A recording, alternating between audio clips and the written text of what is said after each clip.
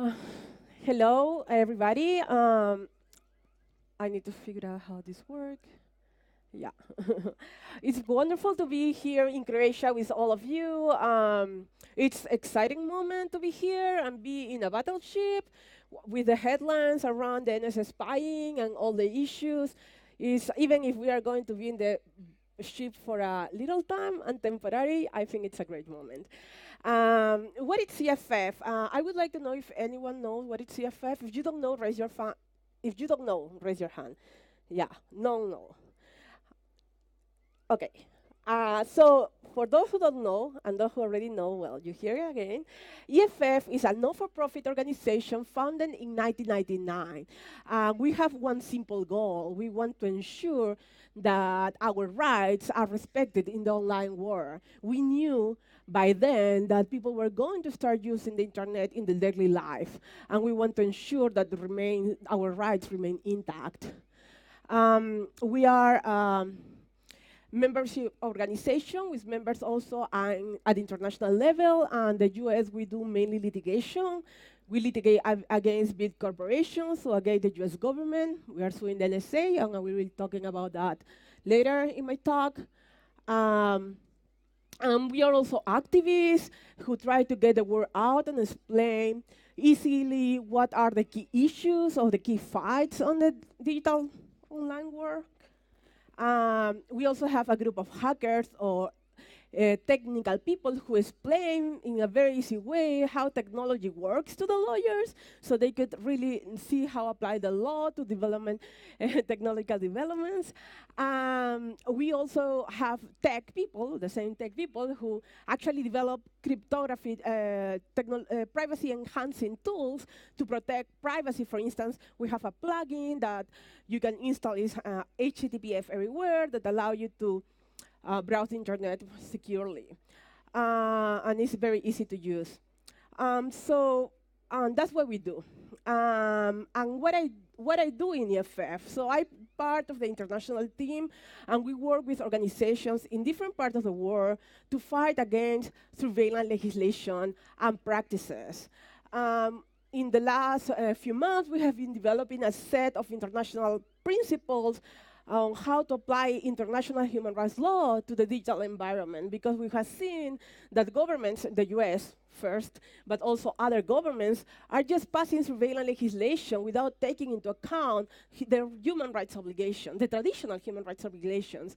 And because they might not understand the internet, they might not understand how revealing metadata is, we are pushing for have more protection of metadata. And because metadata and who communicate with whom for how long could be as revealing as the content of communication. We are also do campaigns, public education. When it's meaningful, we participate in international venues like United Nations or the Human Rights Council or other international organizations. Um, yeah, a bit of history. So we are going to talk about the NSS spying today. We learned about the NSS spying in 2005, first because of some reports in the media, but also because a whistleblower that named from AT&T, Mark Claim, stopped by EFF offices and provide undisputable evidence about the routing of information of all communications from an AT&T facility to the NSA, from an AT&T facility in San Francisco, just a few blocks from EFF. Since then, we decided to sue the AT&T and to sue the government. Our litigation with AT&T didn't proceed with the argument of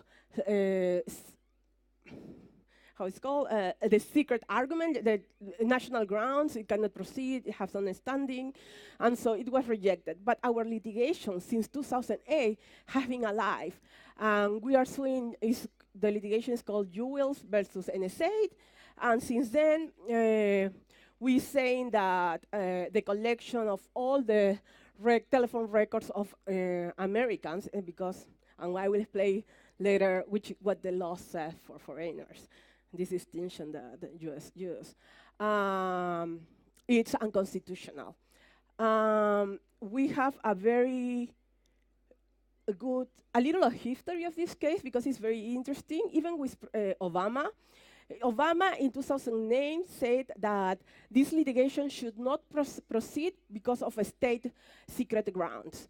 The courts say that instead to rule on state secrets, they said that it does not proceed for standing grounds instead of the privilege of state secrets. But finally, a court of appeals later in 2001 said that that the lawsuit cannot be dismissed on state secret arguments, and this is like a huge. This is happening just in July 13, and thanks to the leaks that I will explain later. The court in our case said that the litigation can proceed and cannot be stopped for arguments of state secret privilege, which is the argument that the US government used to stop lawsuits against them. That was the little history before the leaks. So just as a background, there are law enacted, law about surveillance in the US, but also the courts could provide opinions to grant power for surveillance. So that's something different on many other countries, especially civil court countries. Yeah, so this is a national security. The first leak was the Verizon leak. It's just that the President Obama was trying to minimize the collection of the Verizon leak, saying it's just metadata. For those who follow metadata, who communicate with whom for how long, it discloses a lot of your personal information, even if it's a phone. So if you are calling, if you can identify over time patterns of behavior, and you, for instance, if you are calling to a dedicated line for abortion, and then you call your insurance, you may, be able to disclose or understand why you are calling at certain time and on certain period of time. And if you analyze this data over a certain period of time, the patterns could become very easily to identify.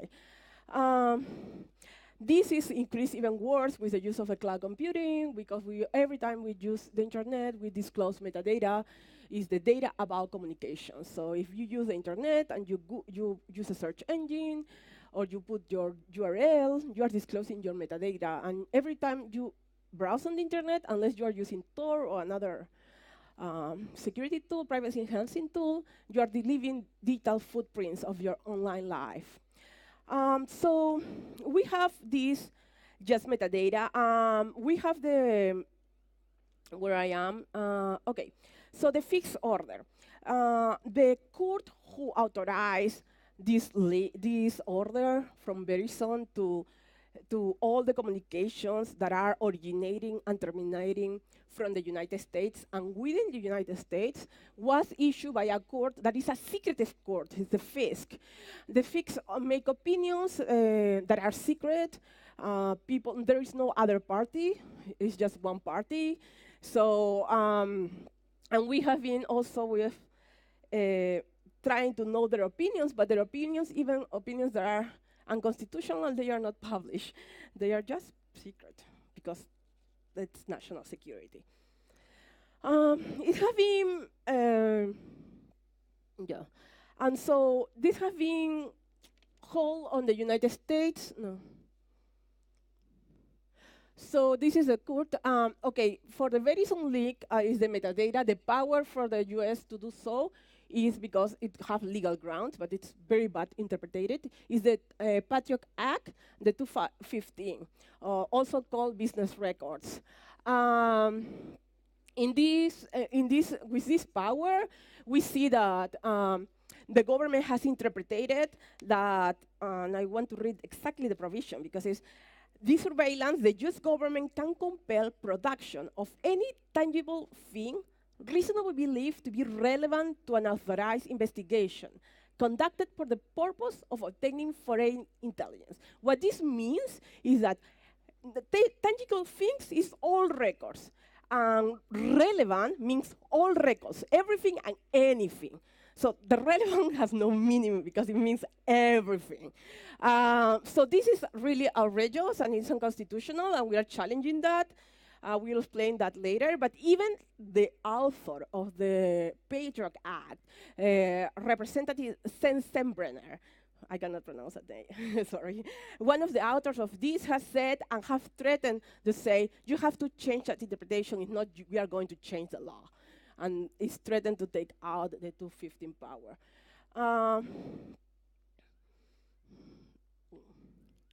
So a little of explanation about FISA, which is the foreign intelligence. It deals with foreign intelligence.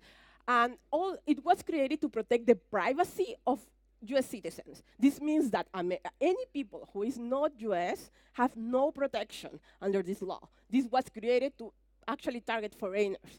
So if you want to do a litigation, want to do a challenge using the law, you don't have legal basis for protection of foreigners because FISA has zero protections for foreigners. It was created to protect the privacy of Americans. And even the privacy of Americans has slim protection, and foreigners are out in the cold, totally out. We disagree. Of course, human rights, it's universal, and the right to privacy is a universal right, and the international law does not discriminate between foreigner and national. That's kind of outrageous. So we think human rights are universal, inalienable, indivisible, interdependent, and interrelated. Well, we are trying to do something also at the international level. We will talk about that later. So the rest of us. PRISM, the section 702 of FISA is the one that targets foreigners. In this leak, it was disclosed that PRISM provide access. It was disputed whether it's direct access or not, to emails, online chats, social networks, all the companies that were participating in this program. These are Microsoft, Yahoo, YouTube, Facebook, Google, Apple. So in PRISM, there were a lot of discussion whether it's direct access or not direct access. It was disputed. But what it is to appear is to be a database capable of interacting directly with networks that are the networks participating in the PRISM program through a portal. That access, it says, it could be, there are various options, it could be manually when the company will receive the valid order, although we don't think it's legal, but it's the order under FISA. And the company will review whether the order is comply with that law. And then we'll give the data. But there are also the New York Times later report that one of the lawyers of one of the companies say that they also provide real-time interception of communications. It's not clear whether it's through the PRISM program or not, but it's a detail to be there.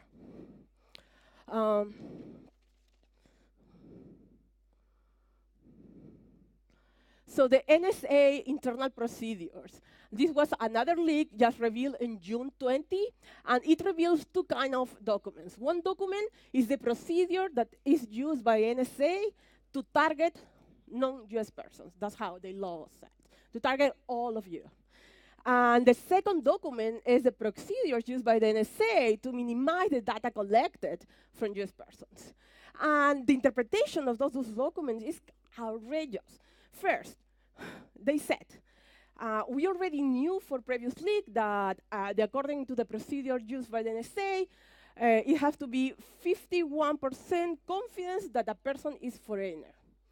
But in addition, now with this leak, the new document revealed that if the NSA is not able to identify that you're American, they could spy on you. So by default, they spy on you unless they are able to prove that you're American.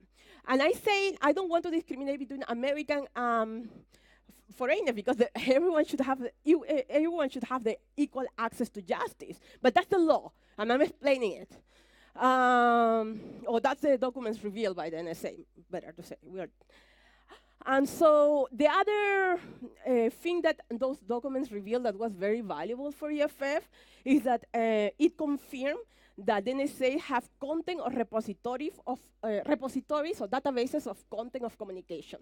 This is really important because in our Jewel case, the Jewel case that I explained early, we make that point, and the leak confirmed that, and so it's good for our litigation. And the other one, it's about the acknowledgement that there is a database of, so the government has said, oh, this is just metadata. We don't have the name. We don't have anything. How we could cross-reference. And the good thing is that in part of the document, they acknowledge that there is a database, or another database, we don't know which database, that has the names, telephone numbers, and other identifiers, which you can easily correlate. So that's the interesting from these leaks. And the second part is the procedures used by the NSA to minimize data collected from US persons. And I hear the NSA explain it very easily. A personnel, which is the analyst, will use reasonable discretion in determining whether information acquired must be minimized. So instead of you have a court order because you need a warrant to search for Americans, the analyst will review the content and will decide whether or not they need to issue a court order. So this is an outrageous interpretation of the law and give a lot of power to the analyst instead of a judge, which is new. So recently we will see in cooperation also between companies facilitating the NSA access to encrypt messages. Oh, sorry, I have to go one back. So one of these, in the second document leak, something that was really, really outrageous and really get us really mad was that the procedure used by the NSA to minimize data collected from your person, they said, no matter where is the communication, if you encrypt your communication, your data will be stored for traffic analysis. And you know, EFF have been fighting and saying always to use encryption, and we're still doing it, but it's just kind of, you are targeting activists, you are targeting advocates, you're not targeting only national security grounds. So we are really upset with what we found in the leak, as many of other things. And also, something that from a lawyer perspective, it's outrageous, the communications attorney-client can also be stored. It's stored by the NSA. So those are the things that we learn. And then we have the Microsoft facilitating the NSA access to encrypt message. That was just a couple of weeks ago. Then we have the Tempora, which is the access, the operation that the UK has access to the prison document since 2010 and has issued 197 reports of intelligence reports. There is also the issue of the Tempora program. One is the use of PRISM, and the second information that we learn is the use of Tempora, which a program that secretly conducts mass surveillance by tapping fabric optic cables, giving the government access of all the communications who pass through Britain. And it's a huge hub there of the internet. If the UK government defends the program, there were also leaks talking about the spying of international embassies, companies, and more leaks coming about ISPs in Australia, and the massive surveillance, indiscriminate surveillance on Brazilians and Germans done by the NSA. What we are doing, is too much. We cannot do it alone either, but fighting back. So this is our newest lawsuit. We just presented on Tuesday. We are using another argument, saying that this massive collection of data is in violation of freedom of expression, the freedom of association, and they should halt the program. for this lawsuit, we find a lot of plaintiffs from the left and from the right, from Republican, from conservative, from gun owners to religious people, to make the point of freedom of association. Yeah. So this is our lawyers. The activism in the US, we have two strategies, the national and international. In the national strategy, we have this campaign to try to, we have more than 500 million signatures, calling on to Congress for more transparency, for more oversight. We are calling attention to, we are also trying to create the public debate, because you see all the headlines, it's all about the right of Americans, the constitutionality of the Americans. So we have been trying to call attention to the media that actually is not the only problem, that privacy is a universal right and everyone should be respected. That is kind of very edgy comment in the United States, because for them, foreigners is just not, it's just the US. US citizen. But for us, I think that the reach and the scope, because FISA has always authorized the interception of foreigners, people doesn't challenge it. But I think that the scope and the reach is just too unproportionate. We have developed, we have to reclaim the rule of law. The rule of law, international human rights law, is in crisis.